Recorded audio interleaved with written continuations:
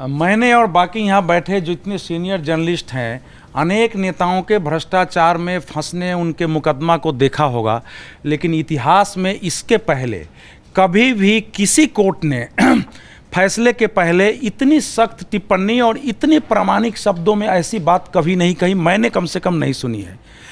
ये पहली बार है जब हाई कोर्ट एक एक बिंदु का जवाब दे रहा है। वो फैसला नहीं है, जब तक कोई किसी के विरुद्ध फैसला नहीं हो जाता है हमारा कानून कानूनी रूप से उसको दोषी अपराधी नहीं मानता है। लेकिन हाई कोर्ट ने साफ जो आरोप थे, लेकिन हाई कोर्ट की जो एक पंक्ति है वो बहुत महत्वपूर्ण है।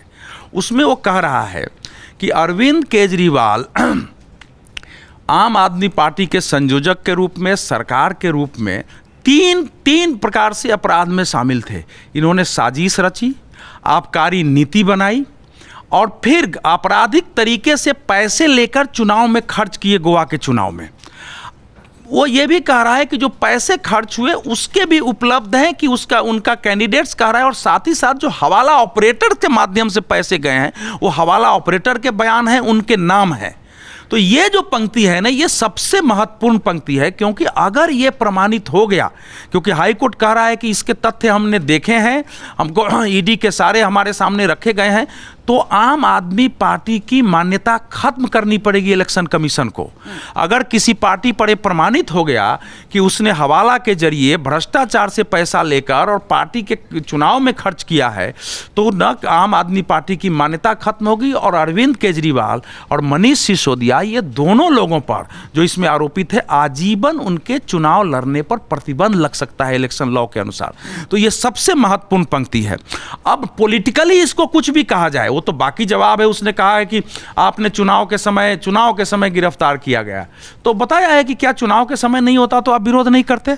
चुनाव के समय हुआ इसलिए आप विरोध कर रहे हैं। उसने हर चीज का उसने बताया है कि ईडी जो है ये पॉलिटिकली मोटिवेटेड है। उसने कहा कि भैया मेरा काम जो है, हमारे काम कॉन्स्टिट्यूशनल मोरालिटी को देखना है, कानूनी नैतिकता, संवैधानिक नैतिकता को देखना है, राजनीति से नहीं है। और इसमें संवैधानिक नैतिकता, कानूनी नैतिकता का पालन हुआ है आपकी गिरफ्तारी में। तो ये ऐसी टिप्पणियां हैं, इसमें 7, 8, 9 टिप्पणियां ऐसी महत्वपूर्ण हैं जिनके आधार पर अब इस समय आम आदमी पार्टी के लिए कानूनी रूप से देश को ये सहमत कराना कि नहीं, हमारे साथ अन्याय हुआ है, ये मुकदमा जो शराब नीति है ये पॉलिटिकली मोटिवेटेड है, अरविंद केजरीवाल को उनकी राजनीतिक शक्ति खत्म करने के लिए अरेस्ट किया गया है।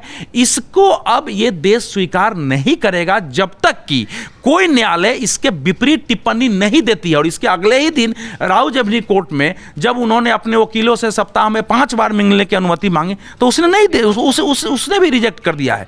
तो ये एक ऐसी स्थिति है जिससे निकलना आम आदमी पार्टी के लिए अब कठिन होगा, क्योंकि ये दिल्ली हाई कोर्ट का मामला है। अगर आप ये वीडियो YouTube पर देख रहे हैं तो हमारे चैनल को सब्सक्राइब करें और बेल आइकन को दबाना ना भूलें। अगर आप Facebook पर ये वीडियो देख रहे हैं तो हमारे पेज को लाइक करें।